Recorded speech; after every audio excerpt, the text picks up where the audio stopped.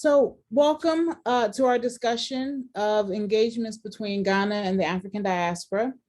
This year has been declared the Year of Ghana at Howard University. Back in September, the provost of Howard University declared it the Year of Ghana.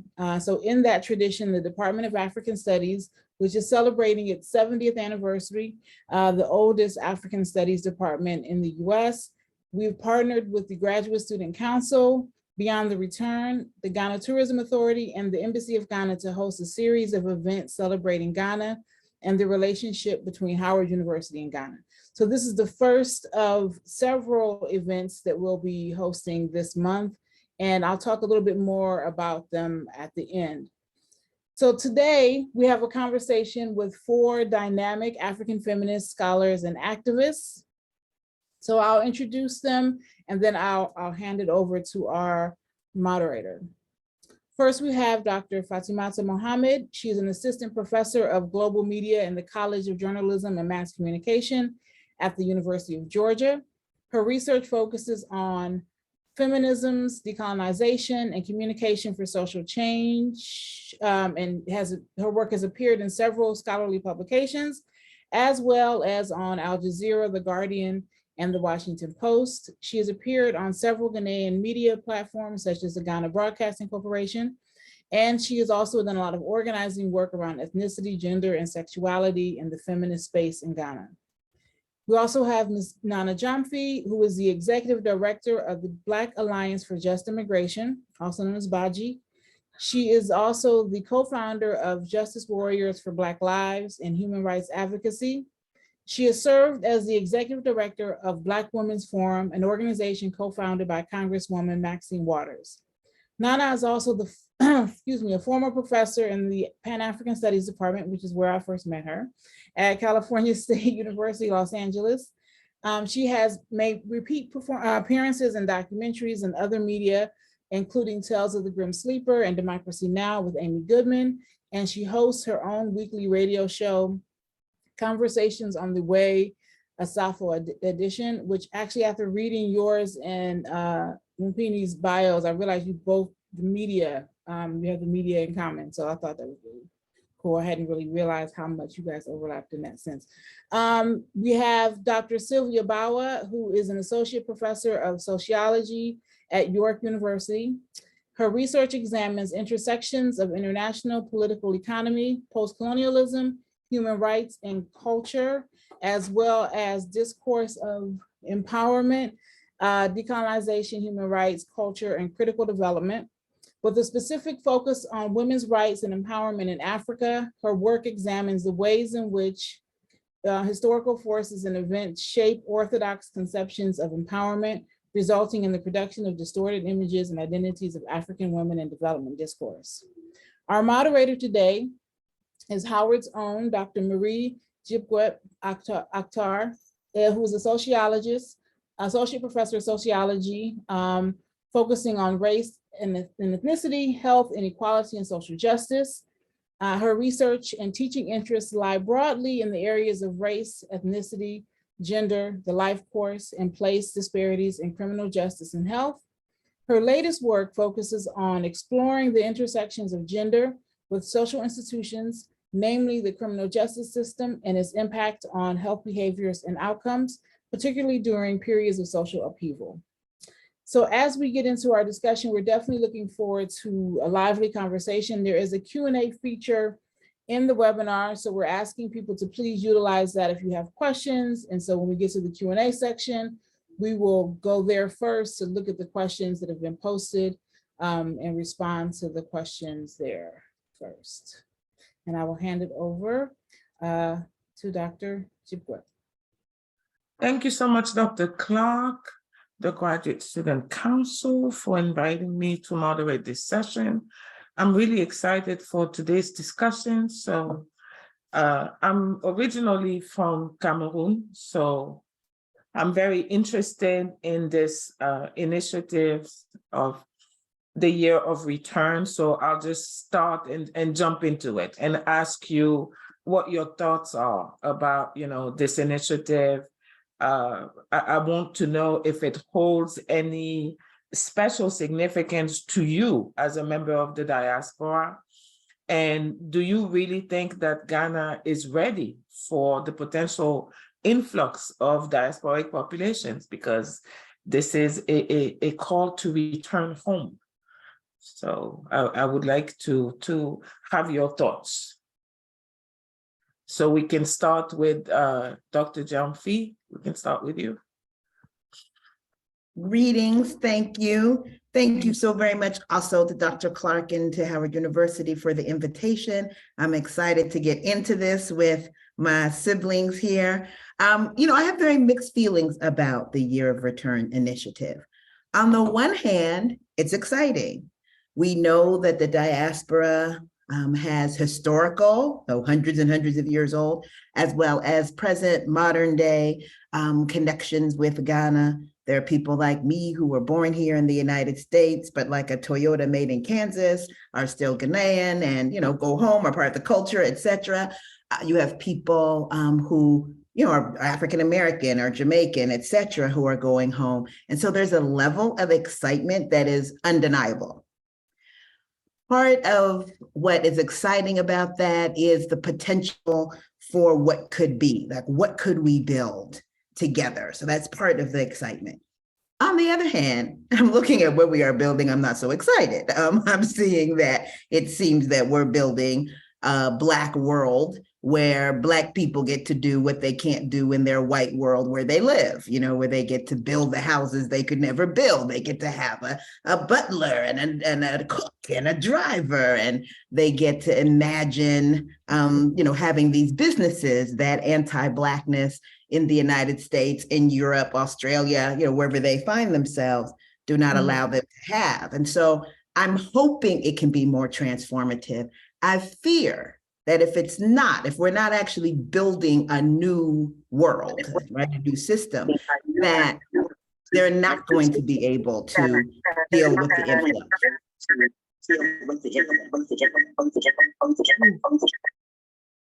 I feel that they're not, the influx is going to be a problem because we're going to have an influx of people who want to be sort of the new reach and the new masters in a way, where we already have this problem, and that it's going to lead to conflict in the future.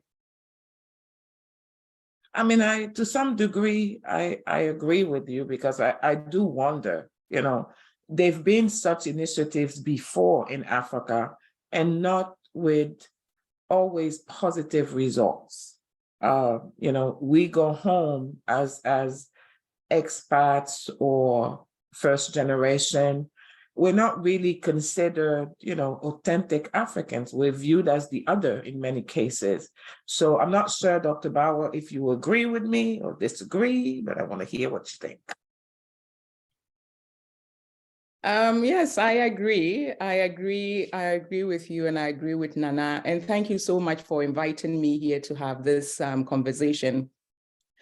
I think, for all the concerns that you've mentioned are really, the concerns that I think a lot of ordinary Ghanaians, and not just Ghanaians, because I think we can extend this to the rest of the African continent. A lot of other ordinary Africans would share very similar similar concerns in terms of what is happening and what it means that we now have this year of return. One of the things that I've been thinking about in relation to this idea of return, and it's in two ways. I like that, Nana, when you talked about your hope, and then you talked about your fears.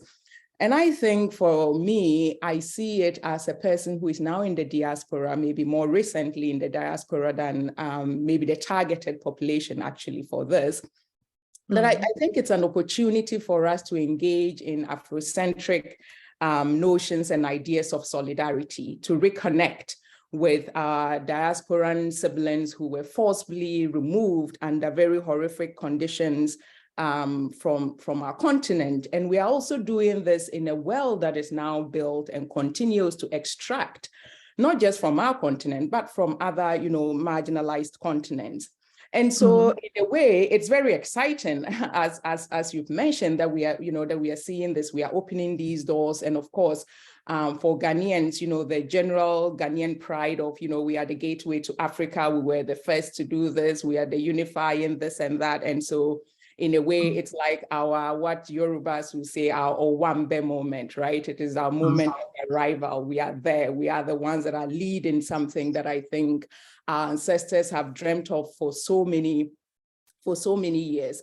But Yes. just like Nana, you touched on, I think arrivals are complicated, right? They are very complicated things, because on the one hand, it means that the ones that are receiving returnees have to prepare for the arrivals, and the ones that are arriving have to take up some space, conceptual space, they have to take up physical space, they have to take up all kinds of spaces. And naturally, there will be tensions, there'll be moments of joys, there'll be moments of connections, and probably even more disconnections, because we are also doing this at a time when the ordinary and average Africans, and to get back to your question, the more recent question, when the average African is trying to leave the continent, right? We have people who are risking their lives to try to reach Europe because the conditions, the material conditions at home are such that people are trying to run away, right? And so for me, I think that, are we ready for the influx? That was the other thing that you're asking us to think about. And my question is not whether we are ready or not. For me, it is that we are ready, we have been ready, and we should dream to be ready. It's the only way I think we can begin to hold our leaders accountable.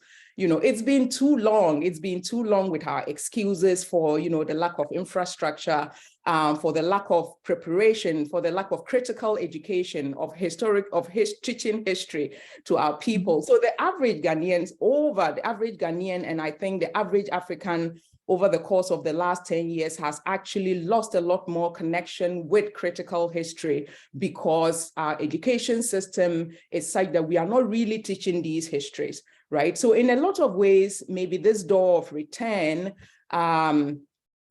it's an opportunity for us to re-engage. It's an opportunity for us to do that. But of course, practically, I completely agree with what Nana was saying. What does it mean that we are also now building these hierarchies, or transforming or transferring these kinds of hierarchies, running away from our problems and then going somewhere else to be able to lord it over other places. So in a lot of ways, I think we can talk about what is practical, what the material conditions are, but also to some extent, I think for me, where I am at with this is that we really begin to think about it in a more spiritual manner, not in the way of organized religion, but to think about the lost connection and what it means that we have to engage these kinds of tensions, and what it means for us in terms of building a future where our people have a place that is called home.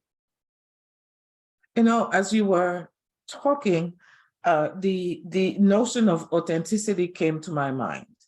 So I'm lucky enough to have grown up at home, to speak my dialect. So I can relate, I can communicate with those who are home and who've never left. But when I think about, first or even second generation immigrants, and I think of, those who have been here for 200 years or more, there's a need for them to identify with the culture.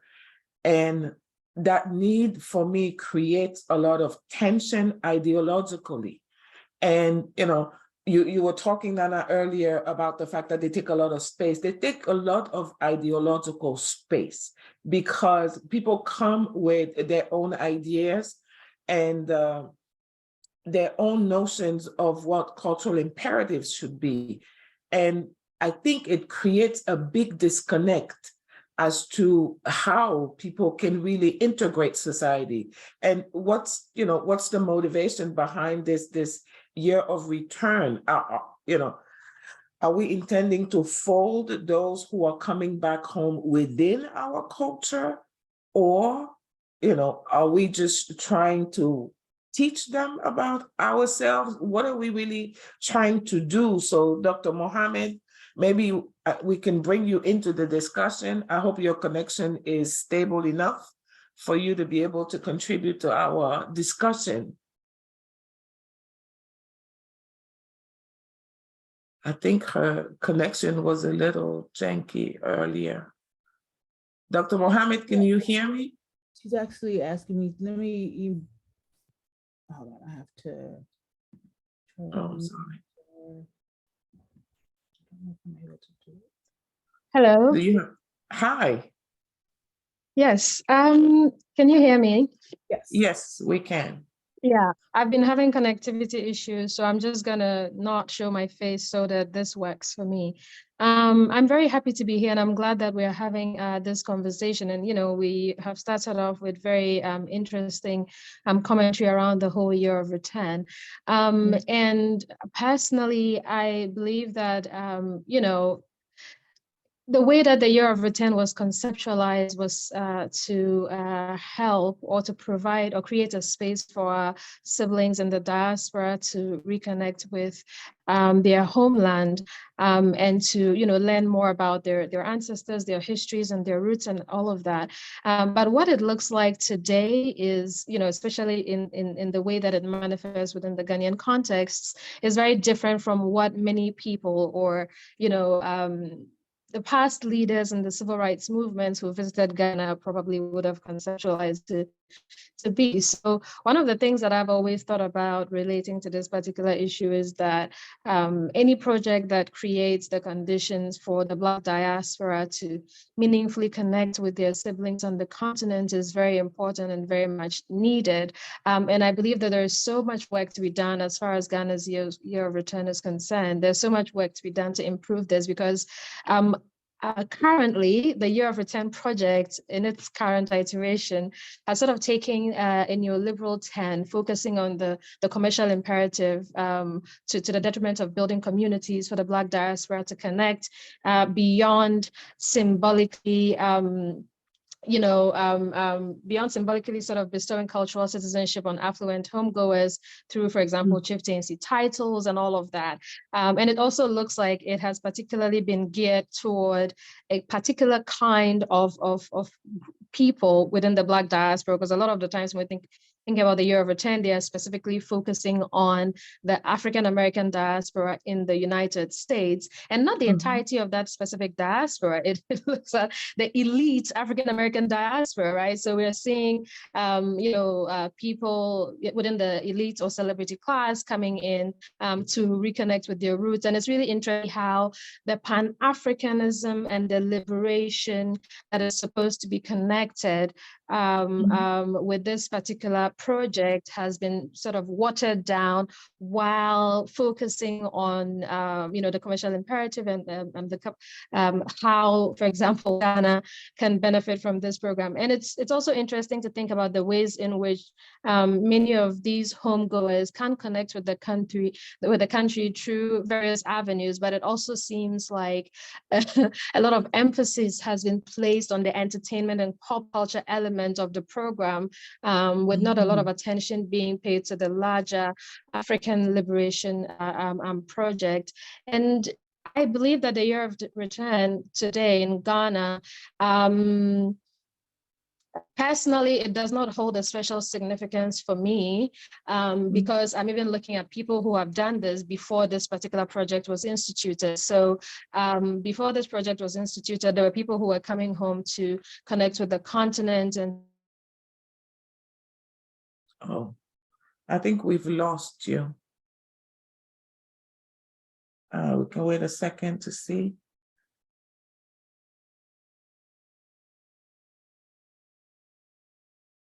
So I think we have a am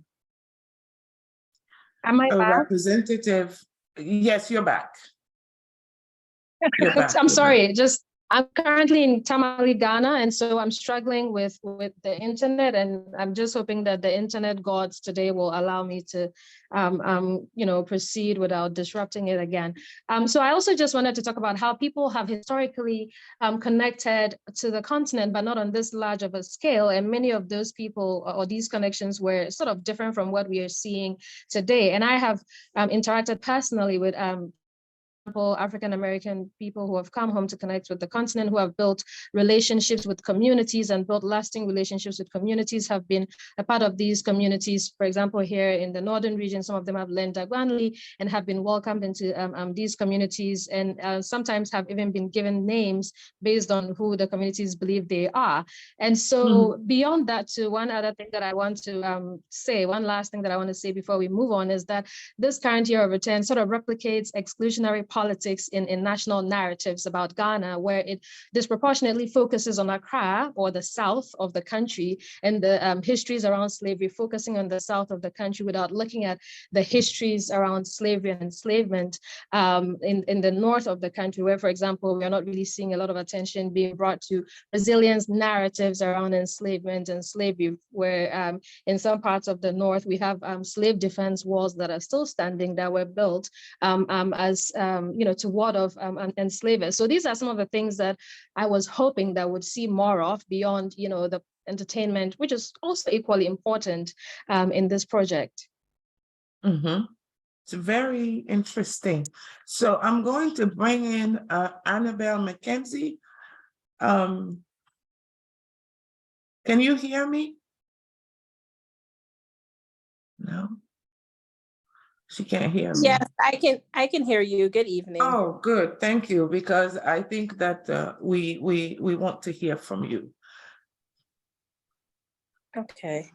Good evening, everyone. Sorry for joining late. I will introduce myself. My name is Annabelle McKenzie. I work for Ghana Tourism Authority, and I am the director of the Year of Return and Beyond the Return Secretariat. So I'm located in Accra. I am an African American diaspora that returned home to Ghana in 2018. So it will be 5 years this coming May that I've been in Ghana. And I think this is a wonderful discussion that we're having about Year of Return, Beyond the Return, and other things. And so I just wanted to give a little bit of background about Year of Return and now Beyond the Return. So Year of Return was just a 1-year program in 2019. And the sole purpose of it was to commemorate 400 years since the first documented enslaved Africans arrived in America. Now, we know that is not when slavery started and when our brothers and sisters started arriving in America, but we use that as a point in time to commemorate that. So for Year of Return, that was based on having cultural events, entertainment events, community service events throughout 2019. And then also in 2019, the president of Ghana granted citizenship to diasporans that were living in Ghana. So I was one of the people that was granted citizenship during that time. As a follow-up to Year of Return, we now have the Beyond the Return program, which is a 10-year initiative, and it's a decade of African Renaissance. Now, that program is built on 7 pillars. You have Experience Ghana, Invest in Ghana, Diaspora Pathway to Ghana, Pan-African Heritage and Innovation, Give Back Ghana, Celebrate Ghana, and there's one more.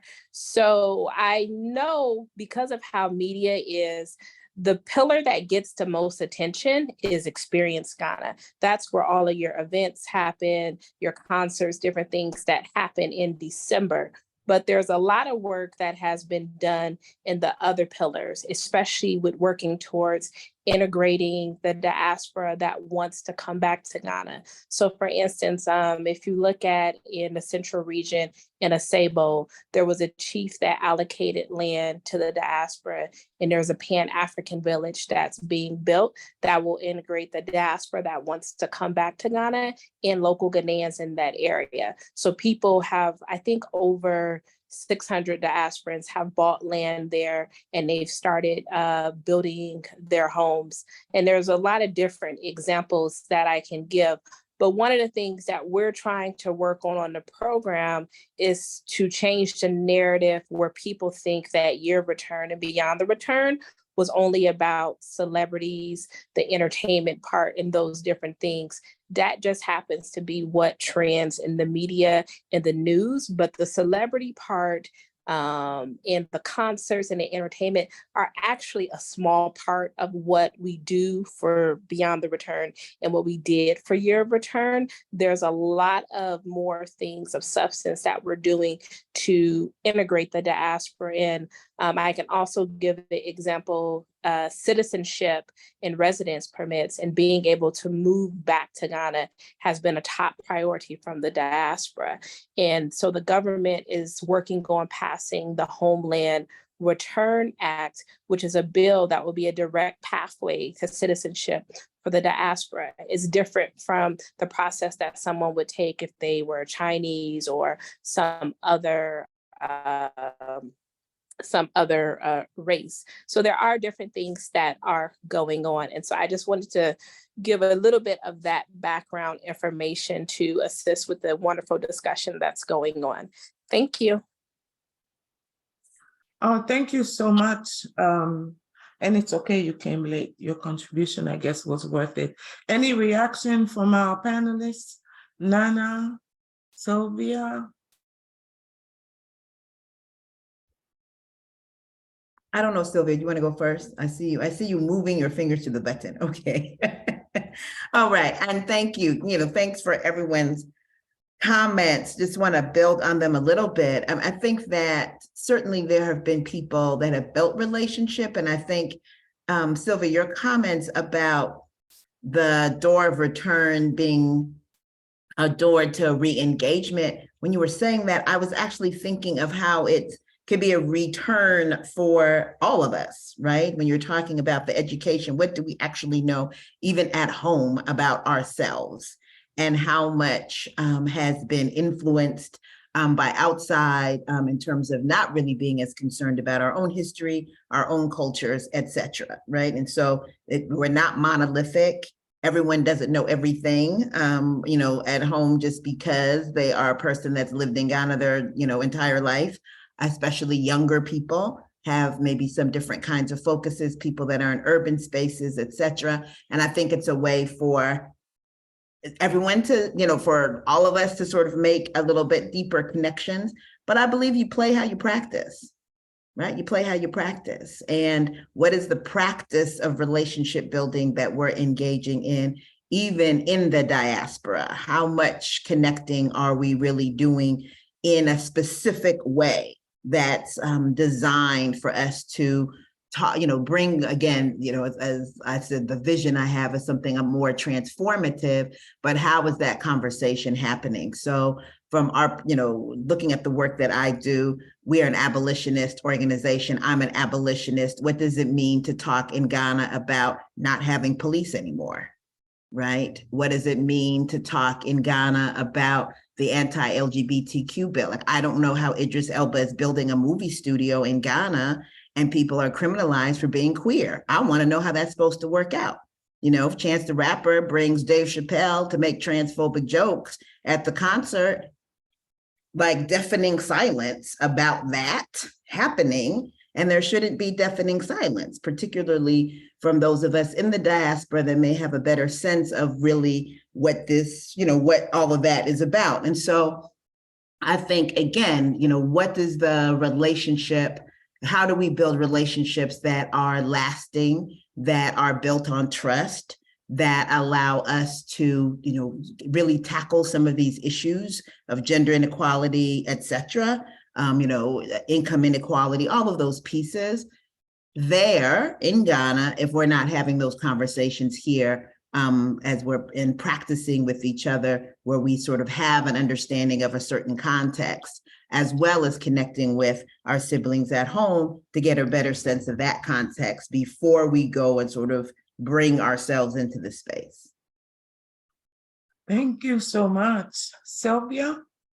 Yes, thank you so much, Nana, for bringing that up. Also, Annabelle, for highlighting what it is that your office is doing. And I do commend, especially, the Office of Diaspora Affairs for all of the work that it's been doing, because perhaps we needed that to start in the way that it has started so that we can actually see the loopholes. So for that, it's a very commendable project. And, once we are committed to building on it and to addressing a lot of the concerns, especially that Nana has just raised, because if we are talking about liberation and, Wumpini, Dr. Fatima has just talked about that as well. We are really talking about liberation, which really foregrounds this idea of return.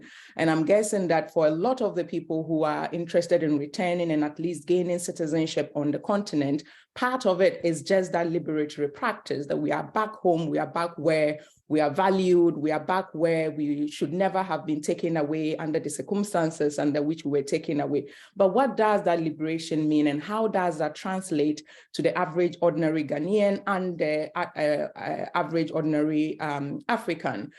So part of me wants to ask Annabelle some questions, but I know that, this is not to ask you questions about what your office is doing, but it would be also really nice to learn about, as Nana said, this relationship building. But as a sociologist, what I would say is, what kind of socialization is happening? What kind of educational programs do we have, even to prepare the people that are ready to return, right? So that, again, they're not just coming, ready to return because, when you are in Africa, again, this whole idea that you become a king and pick up from, where you may have left off. But, to really strengthen our own institutions at home, what are we doing, especially when we are criminalizing, and that debate, that discussion in Parliament to criminalize LGBTQ plus activism and people has been loud. And so if we are talking about a diaspora return, and for me, the center of it is liberation, where is that critique and where is that solidarity? And I think that the solidarity has to go both ways, right? Because we have, in this case, especially high profile celebrities, as you're saying, this is what makes the news. And sometimes it is that, the people who have a certain platform can speak about those kinds of things. What are we doing about the extractions that are happening in Ghana in terms of the gold mining, in terms of the pollution that we are seeing in our rivers? And of course, sometimes, there is the idea of not washing your dirty linen in public, and I get all of that, right? Especially that is not the only thing that is happening. But for me also, Nana, when you talked about relationship building, I'm thinking also about solidarity, and Dr. Fatima has talked about that. Beyond the big cities, beyond the big places that we all are aware of, there are so many other, places in the country. If we are just taking Ghana as the small example here, are people traveling to some of these places, or are we bringing that history, right? So for me, I think it is really in teaching the history, but also for me, just to end on this note, it's also at the heart of decolonization. If this return is happening when we are not having critical conversations about how to decolonize mentally, psychologically, the coloniality of our being, then what are we doing, right? We are just moving physical spaces and locations, and we probably will be trying to build a mini North America on the continent. And I think that is what we are exactly trying to get away from. Anyway, for me, when we talk about this door of return, for me, I think it is about, critical decolonization. Because I fully agree with you.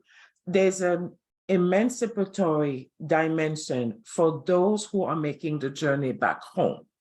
But for those who are home, once they meet with those who are returning, there is the danger for that dynamic of internal colonialism to, rear its head. And we have to be honest about it and not want to hide from it, because we are different. You know, it's going to take a period of adjustment for people to be able to work together towards a common goal. But do we have a common goal? And if we do, have we identified it? We need to figure that out. For me, it's extremely important because it seems as if, you know, motivations are individual, not necessarily communitarian, but this is an initiative that must be engaged in, you know, as a whole. You know, for me, I think that's very important. So we haven't heard from Dr. Mohammed in a while. Are you here? She's still having some connectivity issues. So I think that maybe we can open it up for Q&A so that we don't monopolize the discussion. I see that there are some questions in the chat. And then I have some specific questions for our panelists, and we'll weave those questions in after we've addressed some of the questions that are in the chat. Oh, there's actually, Jasmine Brooks is traveling to Ghana in August and would like to connect, I guess, with Annabelle. So you guys should keep in touch. Then we have Kwame Shabazz, who wrote, "The overwhelming majority of Ghanaians in Ghana don't support LGBT politics, which is not to say that same-gender intimacy doesn't exist, but we should understand it on Ghana's terms, not Western terms." So, Dr. Bauer, I'm going to call on you for that question.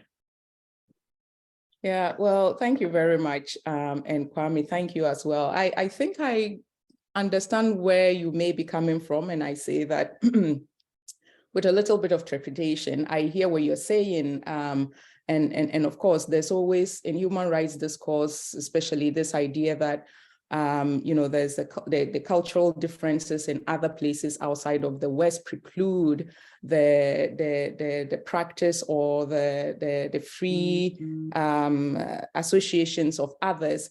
It's very curious to me, really, you know, especially since we are in this case talking also about decolonization, and we can trace a lot of these things that we have considered for a very long time as cultural to our colonial roots.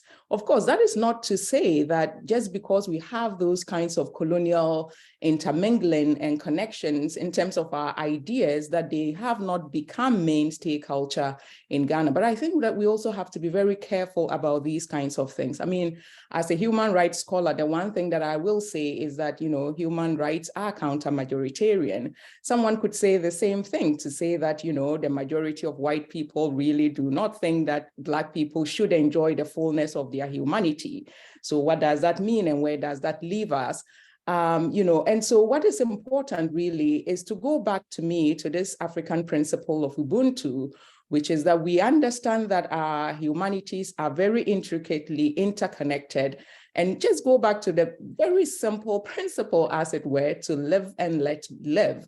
Because sometimes when you engage deeper on this level of LGBTQ plus opposition, as it were, among some Ghanaians, and it's also very important that that we have to try to understand that there's a large majority of people who are not as outspoken, who are very supportive of total liberation of people everywhere. By the way, a lot of the discussions tend to go back to basis of religion, right? Which I do understand. But again, even on those bases of religion, if you think about the two most reference basis of religion, they're also very neoliberal in the sense. And to just go back to Dr. Wumpini's point, in that they are very individual focused. If you take Christianity, for instance, you're supposed to be only concerned about your own salvation. Isn't that the point? So my point is that even if we go back and take a critical look and approach to religion, we should say, is this harming us, and in what way, right? And if it's not harming you, what is your problem? I mean, that's a very kind of basic, basic ethic about it. No one, as someone once reminded me, and not every one of us wants to go to the same heaven that you are planning to go. And so there is that part, which is also very problematic. And of course, we can trace that also to, the basis of gender inequality, as one of the basis. People will refer to, certain organized religious texts. And so when you say this, one of the things that I want us to talk about is, what do we, what really are the fears that are informing us? And perhaps that's the moment that we can have an actual conversation, because of course, no one is saying that, you talk about these things without sympathies to those fears. And I always have, sympathies. I have to say that because we have to also educate people. And sometimes when you do have these conversations, there are times when people are just saying, we're just afraid, we don't know what's going to happen. And yes, there is a lot of that. And there are so many similarities there. And for those of us who are in the diaspora, I think perhaps we also bridge, we can help with the bridging, and not perhaps maybe the more recent diaspora is the more recent immigrants, because for many of us who may not have experienced racism until we left our homelands, you start to experience it. And maybe you can say, this is the thinking that informs certain things. Why are people afraid, and that sort of thing? So I would like us to also really, for me, to really engage in this conversation about decolonization. Who are we as African people? But more importantly, when we are engaging conversations of decolonization, it is about imagining our future. What is our future? And this is where we talk about critical reclamation. And if we may, since we are talking about Ghana, go back to, the Sankofa bed, which is that you kind of take a critical look at your past, you reclaim that which is important. And I think that if we really did that engagement properly, where we sat down and really analyzed what our cultural roots were, again, we go back to Ubuntu, you go back to a very, really rich culture of caring, that we can then deal away with some of these colonial issues that we are talking about. So I think that we really need to have these dialogues. So when we say Ghanaian culture, African culture, let's push that a bit. What does that mean, right? What does that mean for us to be talking about African culture when we are, for instance, in terms of our trade relations, we are very neoliberal in our approach. Is that also African culture? And of course, African culture is not one thing. This is the other thing I want us to know. It's very dynamic, it's ever shifting. No particular culture has ever been static. So it may have been even African culture at one point in time, but should it continue to be African culture? As thinking, and sorry, just as the last point, the only reason we've survived so far is because we have been, as a people, who've been enslaved, who've been tortured, who've been killed in multiple ways, is that we've been able to adjust, to have our eye to the future. We've been able to move from one space to the other. We've learned to be in snow, as you can see in my background, and to survive, right? To survive and to find spaces to thrive. So we have to be very careful about wanting to going back to this fossilized notion of what Ghanaian or African is. I really fully agree with you. And this takes me, I'm thinking now about, that bigger issue of social justice. It's something that we talk about a lot in the West. And I don't hear enough about social justice when it comes to Africa. So Dr. Gyamfi, I would like to ask you, how engaged Ghanaians and Ghanaian women especially in social justice, especially those in the diaspora. Why is it important, to deal in the space of social justice, and has in any way, these initiatives about returning home, have they shaped in any way people's perceptions of gender inequality in Ghana? So my apologies ahead of time. I'm in Costa Rica at a conference, and my internet may be acting funny. Can you hear me? Yes. Okay, so thank you for the question, and just plussing a million times what my sister was talking about earlier, and the questions that you're raising. Ghanaian women have been, involved in social justice movements. I can't think of any social justice movement, whether we're talking about the US, Britain, other parts of the world where you find us, that you're not going to find Ghanaians, and particularly Ghanaian women, involved at some level. So I think we, are engaged.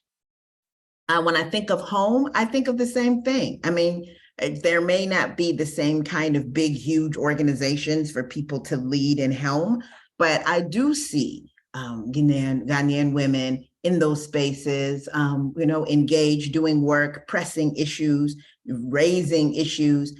I definitely am not one who thinks that it will be those of us in the diaspora who will come and teach Ghanaian women about social justice and what their role can be. Like, that is already happening. It has already been happening. We stand actually here in the diaspora on the legacy of what our four femmes, four mothers, four siblings have done. And so I think that, that piece of work is strong. We're obviously fighting global white supremacy. So it's not going to just topple tomorrow. It is the moral arc of the universe is long, we have been taught before, right? So we know that it's going to take a minute. But I think that, as I go, I don't live in Ghana. I go visit every year and stay for a couple of months talking with folks and connecting with folks. I hear more and more of this conversation. And I do think that the relationships that exist between Ghanaian women that are in the diaspora and Ghanaian women that are home, whether they're familial relationship or friend relationship, comradeship, colleagueship, that they are lending to a richer conversation in both directions. Because there is, I think, also this idea that there's some more fully developed concept of feminism, of gender equality in the diaspora than there is at home. And I reject that. I don't think that that's the case. And I think, in fact, that there is a level of stagnation that occurs in our movements from being so focused on the frames and four corners of what is happening in the diaspora, and that in order for us to move past that stagnation, that we must have these conversations with Ghanaian women that are engaged in social justice movements at home to, light the fire, and vice versa. Yeah, I really appreciate your answer, because yes, Dr. Mohammed? Yes, I also just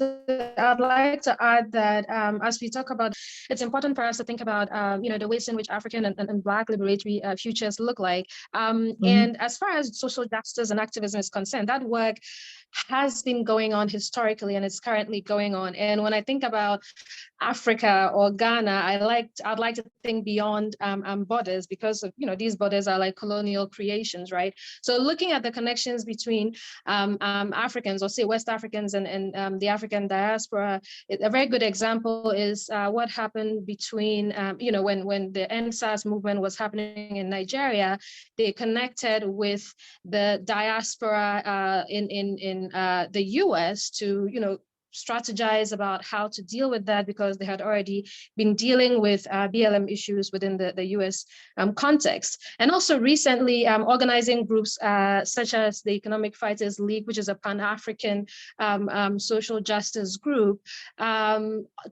organized a vigil actually when George Floyd was murdered by the US state. I mean, there are so many other examples of all of these connections happening. And beyond that too, I've seen relationships or connections between Ghanaian organizing groups such as Silent Majority Ghana and scholars like Moya Bailey within the US context. I've also seen these connections being made between these groups to sort of push forward, the liberation that we are trying to see. Black Women Radicals is also a Black American sort of organizing group based in the US that is really transnational and Pan-African in its approach. And so before I move on, I'd also like to talk about the ways in which our definitions of the African diaspora have often included Afro-Latinx communities. And I saw that in the comments, someone mentioned or asked, how about the Black British community? What about the Caribbean communities? How are they involved in this particular conversation that we are having about, moving forward?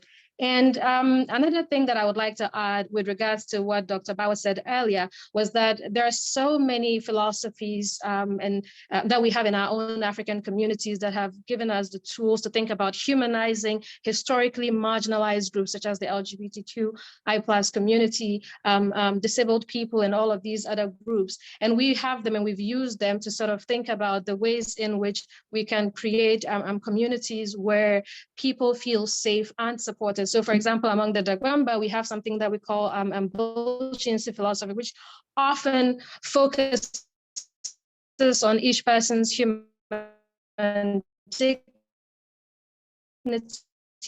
and sort of the mutuality that is required to preserve and protect our humanity and how we need to support or protect the humanity of others, right? So it's really important to think about how we can pull from all of these to think of how to engage the diaspora. One other thing that I just want to add before we move on is that in as much as we've been having conversations about the year of return, we haven't talked much about how Ghanaians were prepared to receive our siblings from the diaspora. So as I'm speaking from Tamale, and if I went and asked my mom if she knew about what the year of return was, she wouldn't. And this is someone who is educated. She's a teacher. She can read and write. She watches the news, but she wouldn't know anything about it. And that's why I keep harping on the fact that this year of return project, specifically within the Ghanaian community, comes off as something that is, geared toward, the Afropolitan community, if you like, within the Ghanaian community. So how have Ghanaians,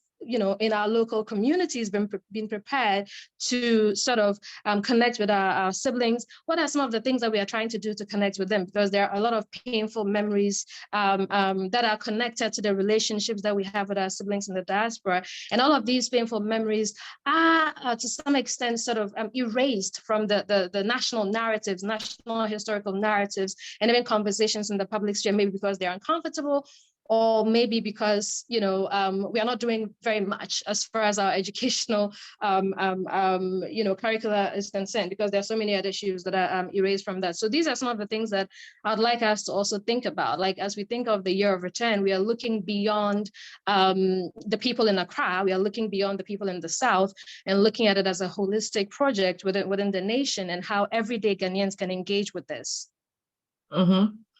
I concur, and I would like Annabelle to kind of join us in this discussion, because I think you would be the best person to address this question in the chat about this issue regarding first or second generation new arrivals to America, considering 4 to 7 generations as Black Americans.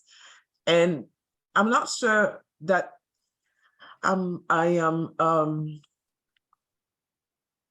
to try to interpret the question, and I hope I do it justice, Sharon. So if I don't, please correct me. So you made the journey and you went back home. do you feel any different than when you were here? How are you connecting to the people of Ghana? You know, here we still talk about assimilation in relation to Black Americans, quote unquote. It's an issue that I find very disconcerting, because if you are Black and American, that means you're American. You know, you're white and American, you're American. So we still consider Black people as others in this country, as if they still have to assimilate or culturate, however it is you want to call it. So what about this issue of, you know, being authentic, being your authentic self? What about the issue of Blackness? Because here it's something that people, you know, it's a right that people, in French we say revendiquer. Linda, help me. How do you say this word in English? They fight for their authenticity. So how do you feel that it is different in Ghana, or is it?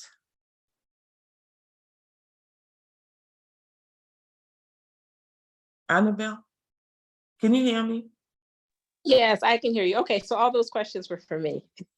Yes, because I think there are at least 2 questions in this chat that you can answer. Okay. So there's a few things I want to comment on. Actually, there's a lot of things. Number one, I just talk structure-wise. I know Yes. Diaspora Affairs was brought up. Structure-wise, Diaspora Affairs, Office of the President, is under the presidency. That office was created by the president to deal with all of the needs of the diaspora. So you have the Ghanaian diaspora, you have the historical diaspora, which are those that are descendants of the transatlantic slave trade. So I think it's important to know about the different offices. Beyond the return and year of return, we fall under the Ministry of Tourism, Arts and Culture, which falls under then Ghana Tourism Authority. So Diaspora Affairs, where we work very closely with them, Diaspora Affairs is working on that diaspora engagement policy and other things that will be implemented, because the Ghanaian diaspora and say the historical diaspora, while we're all the diaspora, we have different needs. And so one thing that we made sure we tried to do is understand the needs and the wants and the desires of the different categories of diaspora. And you have to implement different things to address the needs of the diaspora. So you have a lot of the British diaspora, which is the Ghanaian diaspora, where they have needs around being able to vote in elections. We found out a lot of them, while they're Ghanaians, they didn't have Ghanaian passports. That was the big thing that we didn't know was going to be an issue until COVID came. When COVID-19 came and only people with Ghanaian passports could come back, we found out that a lot of Ghanaians in the diaspora did not have a Ghanaian passport. And so there were a lot of discussions around why would a Ghanaian not have their own country's passport? Because it wasn't valuable to them. The value was a British passport or a US passport. So we had a lot of sessions to talk about, even as a Ghanaian, you should be proud of who you are. You should value your country's passport. So that costs a lot of different conversation. So those are some things that I wanted to bridge on. As for assimilation and living in Ghana, if I talk about my own personal story, me, when I came to Ghana, I had already made the decision, no matter what, I'm not leaving here. So even with all the issues, it's electricity, power, political issues, maybe cultural issues, having the issues of integrating 2 cultures together, I made the decision that I'm not leaving no matter what. Like, I'm here as a diaspora to build Ghana. I would rather be here than to be in the US. So I think a lot of times when the diaspora comes here, it's a certain mindset that you have to have. And when I meet different diaspora, from talking to them for 20 or 30 minutes, I can tell what mindset they have, and I can determine normally how they're going to make it in Ghana. I know the people that will make it here for years. I know people that will make it here for only 1 year, simply based on their mindset. And so I want to make sure I answer all the questions. Let me go in the comments and read them, the chat that Well, was this is addressed.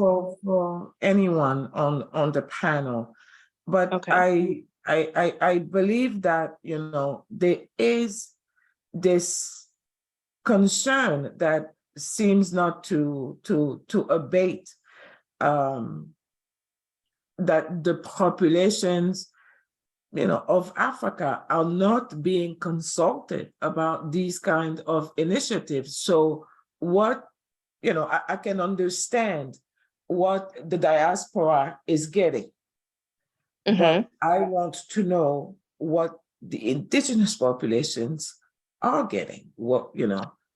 Correct. So Especially if, you know, Dr. Mohammed, I don't want to cut you off, said earlier that, you know, her mom was not aware of such an initiative. So our own governments have to make more effort in, you know, making us aware, you know, because if we're not aware, how can we then engage? How can we participate? And if it's only one side participating, then they're structuring the interaction in a way that may not benefit us, you know, on the continent. So that's a question, you know, when I see all the questions in the chat, I see the questions in the Q&A, this seems to be, you know, kind of an undercurrent thematic that I just raised for us to be able to discuss a little bit.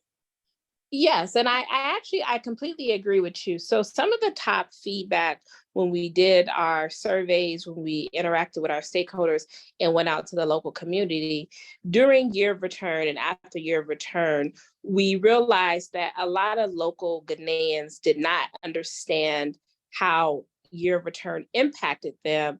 And then when we did further research, there were a lot of Ghanaians that felt the history of slavery and the transatlantic slave trade did not actually have anything to do with them. So one of the things that we've done on Beyond the Return on one of our pillars is that we are trying to do more educational programs within the community to educate about year of return, beyond the return, and the relationships between the diaspora and local Ghanaians. And so if we go back, for instance, to December in GH is when we have a lot of programs, a lot of people come in. And so you do a lot with your hospitality industry during that time. So one of the things that we did is we went out, and this is just a small example, we've done a lot of things, but there's a lot more that we know we have to do. We went and had an engagement session, the training session with the traditional caterer. So this is your chop houses where you can get, you know, local, authentic Ghanaian food. And we did this in Tamale, we went to Takoradi, we went to the central region, we did it in Accra. So we tried not to only focus on Greater Accra, we also went to Kumasi. So during that time that we were working with the traditional caterers, we gave them a background on year of return, beyond the return, the history of the diaspora, different things that the diaspora has faced, and then how they can interact with the diaspora. And, you know, we also went over customer service. Like, customer service is a top complaint, not just from the diaspora, but local Ghanaians in Ghana, to say that customer service has to be improved. So we took the time out to, you know, talk about the benefits of customer service, and also how doing small things can impact their businesses and drive more revenue to it. Because with Year of Return and Beyond the Return, we also want to make sure that the local economy is being impacted financially. Like there has to be more than just the relationship building and cultural engagement. So we do know that more work has to be done around notifying local Ghanaians about what's going on. But something that I know what was mentioned earlier, we want to also look at the curriculum in the school system and what is actually being taught in schools about even the history of colonization and how colonization has actually impacted Ghana and the continent. A lot of times we talk about the story of how slavery impacted the diaspora that was stolen from the continent, but you don't hear a lot of discussions, at least since I've been here and we're having these panels, about how colonization has really impacted Ghanaians. And when you're here and you live here, you can see those different things, but it's not something that's discussed. There's a lot of things that's just focused on slavery, but there's not a lot of time that's focused on what are the impacts of colonization, and then how does that actually sometimes impact the relationships that the diaspora, whether it's the Ghanaian diaspora or the historical diaspora coming back to Ghana, sometimes that impacts relationships. So yes, we do need to work together more to ensure that the local population has the knowledge about Year of Return, Beyond the Return, the diaspora, and other things. Thank you. Can I add something briefly? Yes, please. Okay, and this is in a different space, but responding to the same issue. I mean, as someone who works in immigration, part of this is a conversation about immigration. And what kind of immigration policies are we talking about? I mean, immigration is about people's human right to migrate. And if we are honoring people's human right to migrate, how do we do so in ways that also make sure that we don't create or exacerbate inequities that may already exist in the places that people are migrating to? And so, you know, again, I think it requires a conversation that takes us out of the frames that we already have. Migration is often talked about, frankly, in economic terms. In fact, migrants will describe themselves. We bring $4 billion to the country, right? And as like what we bring in terms of economy and how we're going to build the local economy. And that is the conversation we have as migrants in the diaspora to show ourselves worthy and approved of being able to exercise our human right to migrate, right? And so I think that those issues are critical. We know that you can get a master's at Tech and you're not going to be considered the same as someone who got their master's abroad. I don't care where the abroad is. It could be an abroad that's not even at the same quote unquote level as Ghana. You're going to be in a better position, right? We know so we know a lot of these things exist, but it's not something that's unusual to Ghana. Therefore, thinking about it will also help the rest of the continent and other marginalized countries and other countries of the global South that are dealing with similar issues. But it's going to require us to think outside the frame, because if it's just about what we can do in terms of economic growth, which is what even local Ghanaians also talk about and focus on, then we're going to miss the boat, right? We're going to miss the boat and it's going to become a different situation. We know from what we see, for example, in South Africa, that those kind of conflicts can turn deadly. Like this is for serious, for real, something that we need to sit down and think about in a more holistic way, using some of the cultural context and philosophies that my other siblings here have been talking about and determining what that looks like. And thank you. Yes. May I? Sorry. Yes, please. Yeah, thank you so much, Nana, for that intervention, and also Annabelle for letting us know of some of the experiences and some of your surveys and the work that you're doing. And I just wanted to continue or highlight also the point that Nana has just made about how the diasporans are seen in this year of return. And Fatima mentioned this in the beginning, that a lot of it is about the dollars. And so even when the government engages the Ghanaian or African diaspora, abroad, there's a lot of emphasis on how we are going home to help to, build things, right? And I do see that even when I interact with some of the historical diasporans, where people who are not living very well in wherever country they are living, when the moment they hear that they are going to Africa, they are immediately thinking of a charitable project that they could contribute to.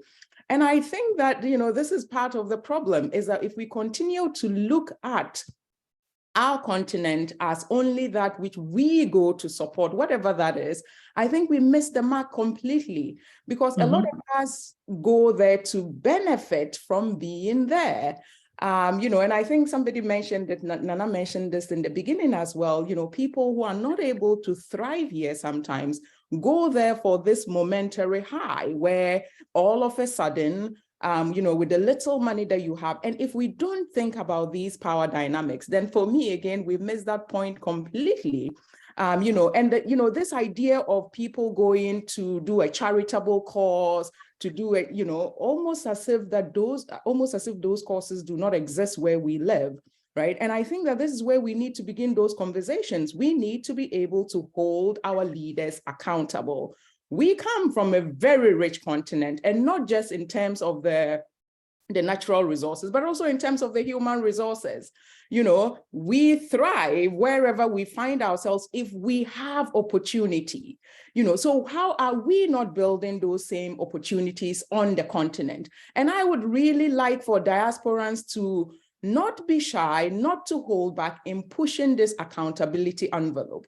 How is it that we have hospitals that do not work? Why is it that in this century, women are still dying from childbearing in hospitals because very basic facilities are not available? So we have to be able to ask those questions, every opportunity that we get, because then if we don't do that, then again, my question is, what is this all about?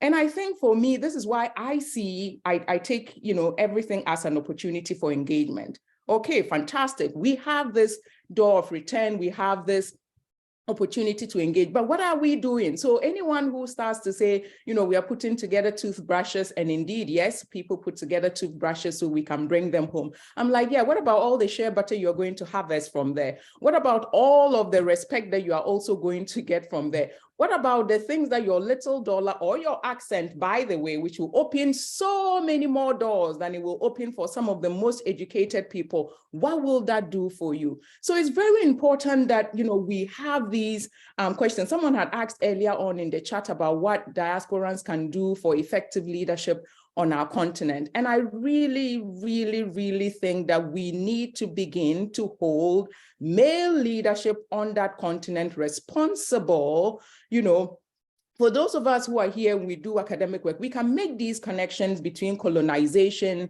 extractions, and an international political economy that has been built on these histories of exploitation. But we also need to be able to push back. We need to hold this accountability thing in two ways. We have African governments that are constituted mostly of, largely old male leaders. Nothing wrong with that if they were delivering the goods, right? But Yes. we have to begin to ask, where are the other people? I mean, the continent also has women.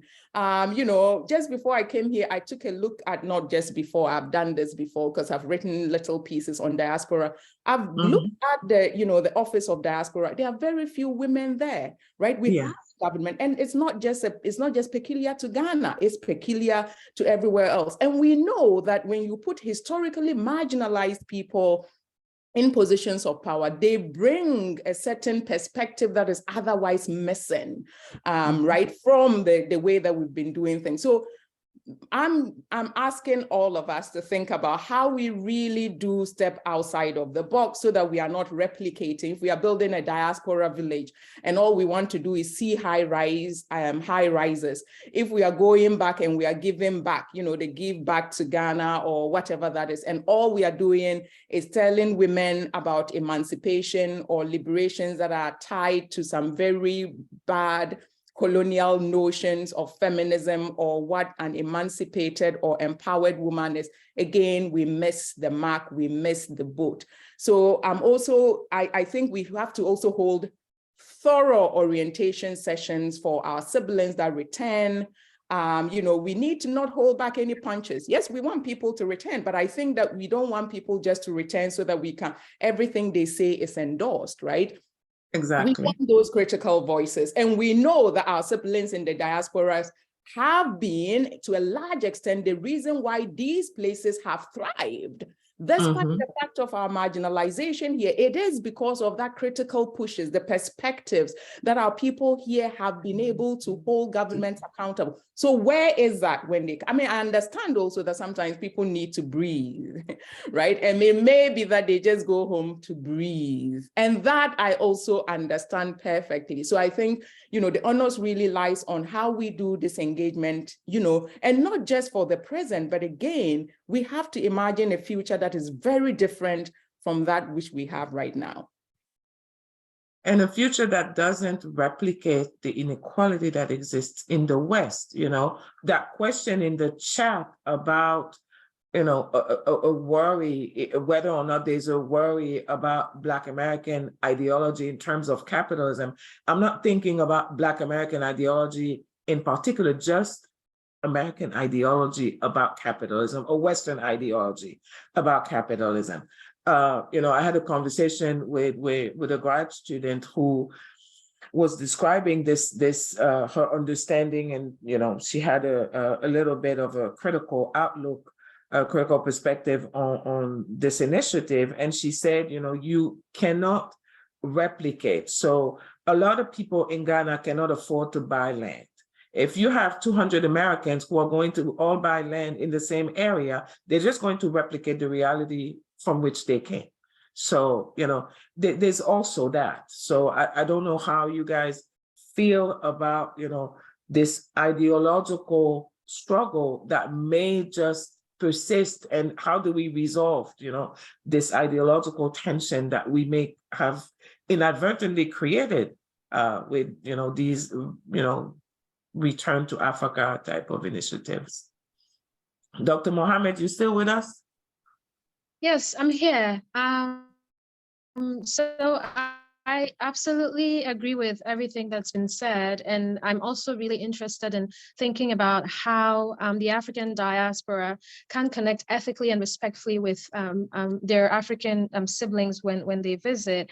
And, from my observations on, with various interactions on social media, it's really interesting to see the ways in which it's very easy to sort of reproduce coloniality in the ways in which we engage with our communities. So some of the things that I often think of, especially with these engagements, is that what you won't do in your own community, you don't want to do when you visit your African community, right? And also one of the things that I think about is how sometimes in, coming back home and, reconnecting with the community, there's a reproduction of this coloniality where, some of the images that you see people show, posting photos which sort of allude to Africa as a backdrop for people living out certain colonial fantasies. And I also want to go back to the point of the economic implications for Africans, specifically Ghanaians, and specifically Ghanaians in Accra, and the conversations that have been happening among young people within the Accra space, where they've been talking about back to what you said, Prof, where they've been talking about gentrification that's been going on within the Accra space, and how Accra natives or locals to Accra are being priced out because of the ways in which this particular project has sort of been handled. And I'd really like to know, maybe Annabelle might have an answer or not, how the government is working to address this, because it's great that we're having our siblings come back home, but at what cost? And is the cost a reproduction of class inequality? Is the cost economic hardship for already marginalized Ghanaians? And what can be done to sort of... Oh, I think your connection went silent again, Dr. Mohammed. So Annabelle, I was done. Oh, I'm sorry. Thank you then. So Annabelle, Dr. Mohammed called on you. Okay, thank you. So one thing I want to point out, I also work in real estate in Ghana, and I think there is a assumption that it is the historical diaspora, African Americans, Caribbeans that are coming back to Ghana and driving the price up and buying land in properties at a higher rate than what a local everyday working Ghanaian can afford. So just working in the market, I think if I look at like what I do here and the different seminars that I built, a lot of the homes and different things are being bought is not just by the African Americans and Caribbeans. The Ghanaian diaspora living abroad is actually buying a lot of the homes that are already built, because one of the most important things to them is a lot of them want to retire and come back home. And they also want to own a piece of property or land in Ghana. So it's a surge of all of the diaspora that is buying in Ghana. It's not just the African Americans and Caribbeans that are buying. As for if the government is doing something to address this, I do not work under the ministry that deals with housing and those different things.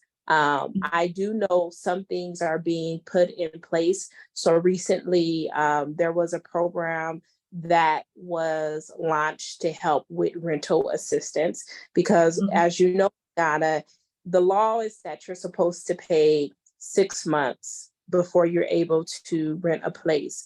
But the norm is you have to pay 2 years. So, you know, when I moved to Ghana, something that I had to learn, there's laws in place, but then there's also how society works. And so you have to work with how society works if society doesn't want to implement those laws. For instance, with rent control, no one actually reports a landlord for charging more than 6 months. So if no one's actually going to report that person, then how does the issue get fixed? Culturally here, there's a lot of complaining that happens in small groups and amongst each others, but there's not actually action that happens to take care of an issue. But after you live here for years, you'll figure out how to navigate in the cultural part of Ghana. So I know there are some programs that the government is putting in place to try to help with the cost of housing and those different things, but it doesn't fall under the ministry that I work under, and I'm not the expert in that area, so I can't go over several initiatives that are being implemented. But it's a concern of mine, just like it is for anyone living here. I mean, if you look at the cost of inflation now, me, myself, I just moved to a new place. The cost was very expensive. It took me like 2 months to find somewhere that fit my standards and was within my budget. So it is a concern of all of us here. And we are hoping and pushing that the government will do something, and also the local business and private industry to actually fix this issue. Well, your contribution to the discussion has been very beneficial, and there are many people trying to reach out to you. So I hope you keep in touch with all of them. And I'm going to bring in Sia into this discussion. She organized this together with the Graduate Student Council, but they're very quiet. I don't know, why are you so quiet? Shouldn't you be saying something? I'm listening. Anything? I want to, one of the things I want to say, I know that someone had mentioned asking about the diaspora in England. So for those of us who grew up in the States, we know that the diaspora in the US, when it comes to talk of the diaspora, takes up a lot of space. We dominate conversations about the diaspora. We don't really deal, I mean, even the fact that the African-American community does not represent the largest diaspora. So we have other populations that are larger or equal to, but also kind of being raised in a country that kind of instills in you a sense of imperialism, a sense of American exceptionalism. Even if you subconsciously are emoting that, that happens. And so you kind of are talking about the diaspora, but you are really only talking about your experience. And so I'm wondering, for those who are coming from the Caribbean, who are coming from countries where the living conditions are much more similar to what they find when they get to Ghana. So I'm wondering, what is the difference in terms of their experiences? Are they having some of the same? Because we've seen on social media some of the foolishness that those from the US diaspora are kind of engaging in when they get to Ghana. But what about those who are coming from, Afro-Latinx people, those coming from the West Indies? Are they doing things that are different? I don't know about the UK.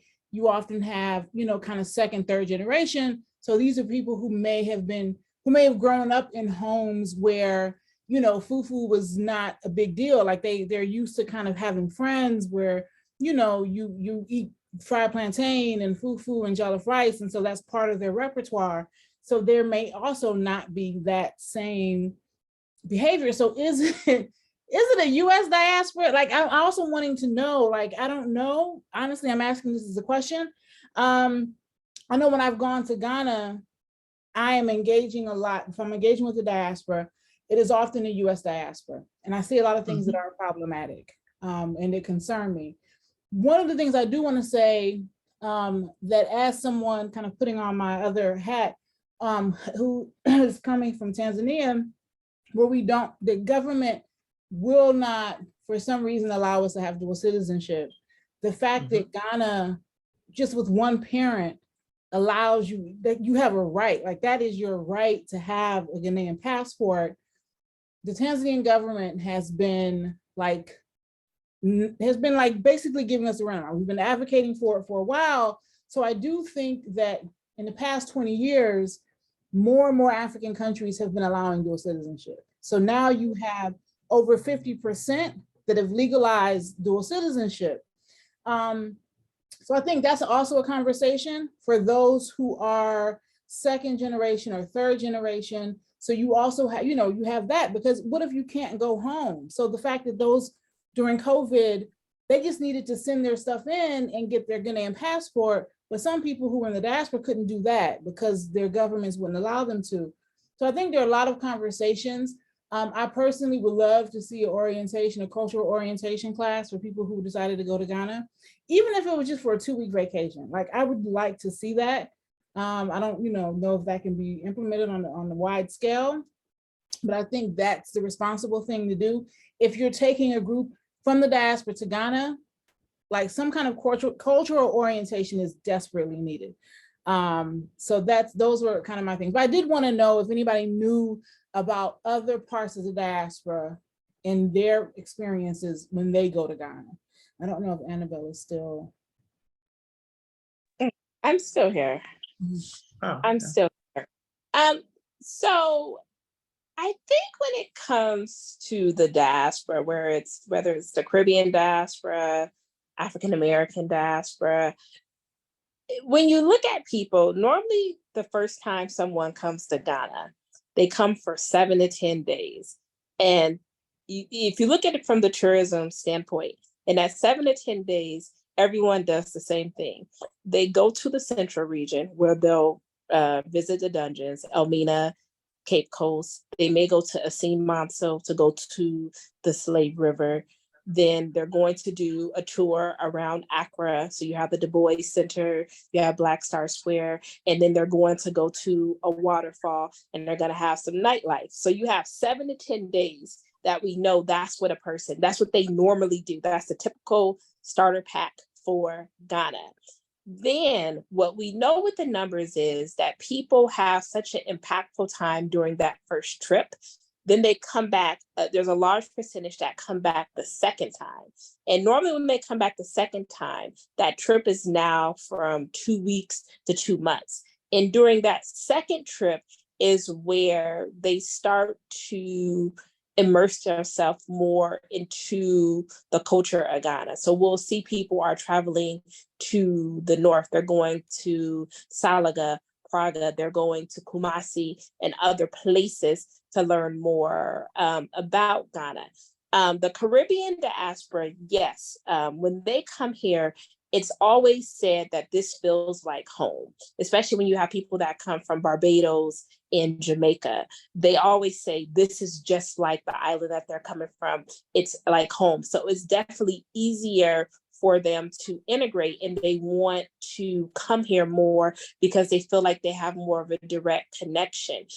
Now, if you deal with the diaspora that has been living in Ghana for a while, you're also going to get a different experience and a different discussion and a different relationship. And so I always say it's important to, I have a background in technology and digital marketing, different things, and I'm always big on target market. I don't think we can just call everyone the diaspora, because depending on what type of diaspora you're dealing with, you're going to have a different experience. But a lot of times we just say the diaspora, but it's not just one diaspora. So based on that, you will have a different experience with a person. But yes, the Caribbean diaspora definitely come here and say it's like home, and they easily integrate to things that are happening in Ghana. Can I just add something, MC? And Yes, thank please. you so very much, Annabelle. So they're also I go to Brazil a lot, very connected to Bahia. And there's the Tabon people of Ghana who literally are from Brazil. There was rebellion and by enslaved Africans. And so part of the punishment, quote unquote, was to ship people back. And so there are people that know that history, and so they want to come back, but they speak Brazilian Portuguese. So I think some of it also is that when we talk about the diaspora, and I think people alluded it to before with respect to Afro-Latinx people, is, people who don't speak, if they don't speak English, it becomes harder to do Ghana. And I don't think that Ghana does enough in terms of language access, even colonizer language. And so that also makes it difficult, right? Because unless you're going with someone that speaks Brazilian Portuguese, if you don't speak English, then you're kind of figuring it out. Same for folks that speak Spanish and don't speak English. So that's a place I think that can benefit from some improvement in terms of the translation issue, because a lot of the cultural issues, particularly in Afro-Latinx spaces, whether it be Brazil, which has the largest diaspora of Black people, or outside, in the Spanish-speaking countries, culturally have a lot of cultural similarity. Those, pieces, some of them have, there's places they speak Tree better than, more ancient than the people in Accra and Kumasi, you know what I'm saying? So that piece is there. But then when it comes to the language to communicate and build relationship, it's a lot harder. Well, I think that there are many comments in the chat. So I hope you guys are reading them. Like my students say, the chat is lit. That's what my undergraduate students say. There are a couple of comments that caught my attention. As an immigrant, I feel a responsibility and I feel some sort of guilt, to not be home, because we are needed home. I'm also, to some degree, and I will admit it, resentful of my peers who are home, whether they are from the diaspora like me or whether they're expats or even, you know, my peers who are home and contributing to developing the country. I was caught off guard by this comment I read in the chat about those who are returning home, helping Africa develop. It's a mindset, I think, that is narrow and not it just doesn't inspire positive sentiments about you know, these diasporic populations going home. So I just want to know what you guys think. It was a comment that caught my attention, but the chat is certainly lit. So I hope you guys go and read all the comments. It is lit. Anybody? Oh, no, nobody is answering. I just want to say, somebody asked if if the chat will be, because there's so much information and Yes. if there will be a way to get it. So we are recording, and so we'll definitely have this up on the African Studies Department's YouTube page. So you'll have access, because it should show, I think. It will We're show. able to save the chat. You can save the chat. Okay. And so, yes. Yeah, you can save it as a file because they are really valuable comments. There was a very active conversation between Nubia and Kwame that I really appreciate. I don't know how to allow attendees to speak, so forgive me if I didn't allow you, because I don't know how to do that in Zoom. I'm still learning. So I hope everybody has been following the conversation and reading these comments. Annabelle's contribution, I think, was invaluable to contextualizing the discussion that we had today. So I would like anyone to pose any question that they would like to, and then we can go, or if you have a specific question that you would like me to ask the panelists, let me know in the chat, and I can ask them. So there's a question about, has anyone— We've got to wrap up. Sorry. Oh, we have to wrap up? So We're maybe done? like the last question, and then, yeah, because we're kind of over time. But, We are? I didn't even notice the time go. Wow. Yeah, this is like 1 hour and 42 minutes so far. Oh. I think that Dr. Clark, if Annabelle wants, maybe she can drop her email, because she had like a lot of questions from people. Yes, Kwame, we were on African time. That's okay. Yes. So we will save the chat and have the file available. You guys, I mean, oof, some of y'all. Yeah, you guys were amazing. I mean, I'm very grateful that I was invited to do this.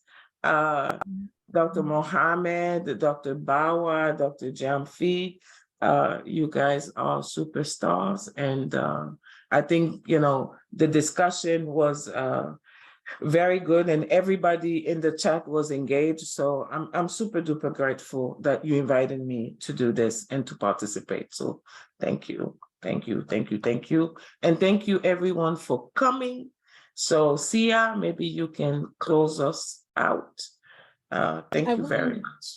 Reiterate the thank you to all the, the panelists, the moderator, as well as our partners, the Graduate Student Council, Beyond the Return, the Ghanaian Embassy. Next week, we're having an event Wednesday morning, Thursday morning. The graduate students at Howard University and the graduate students at the University of Ghana are going to be presenting together on panels. So we'll have a panel Wednesday morning and a panel Thursday morning. So you can email me. I don't know, I may not have an email, but and get the information, but it's floating around social media. The African Studies Department is also on Facebook. I know some of the young people are not on Facebook anymore, but We have our page on Facebook, and so the information is there.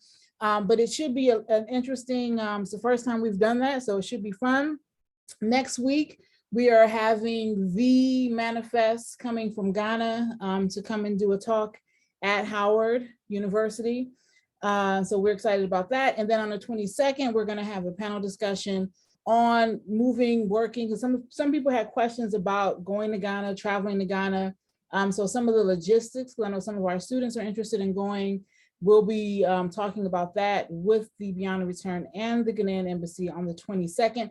Next week on the 22nd, followed by, the events will be followed by Ghanaian meals. We're going to have authentic Ghanaian food. I think jollof rice. I'm pretty sure you can't have a Ghanaian meal without jollof rice. So I'm pretty sure there's going to be jollof rice. So come, free, open, just, come and kind of check out and support and all of that stuff. Thank you. Thank you, everyone. Thank you very, very much again. And we'll see you. Okay. Thank you. Thank you, everyone. Thank you.